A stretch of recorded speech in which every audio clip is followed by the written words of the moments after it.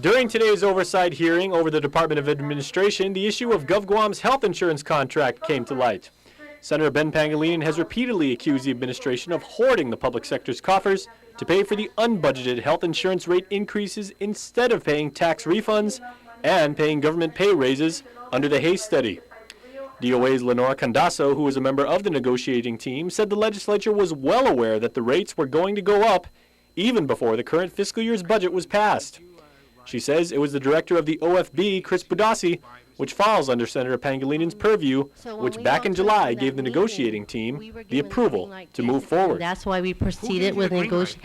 When our consultants with our team had explained to Mr. Budasi what was happening with the rates, he, of course, was, he was surprised with the rates, and he said, "This is something that we didn't project for, but go ahead. We're going to have to look for the money." And those, again, I'm not doing a direct quote because this was a year ago, but we were pretty much under the impression, and it was in the team that was there along with our consultants, and that's why we proceeded with negotiations.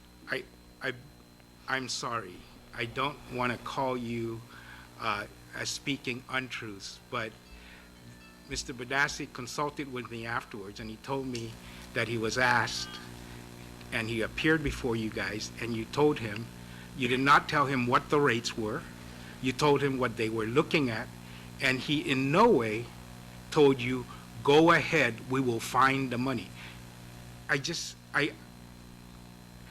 don't believe that was the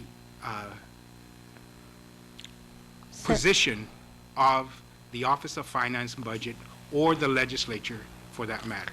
Senator, if you will, the reason why we called him in is at the recommendation of the legislative representative at the time. So he was actually the one that recommended to bring him in because of the concern for the rates. So the team, along with the representative at the time, your legislative representative, we would not have proceeded with negotiations if we thought otherwise. And that is the reason why we proceed with the negotiations. Pangilinan continued to defend Budasi, but Candaso said there were several others who were in the meeting and that they all walked out with the same impression. She added negotiations ended and the contract was signed in July before the fiscal year 2011 budget was passed in August.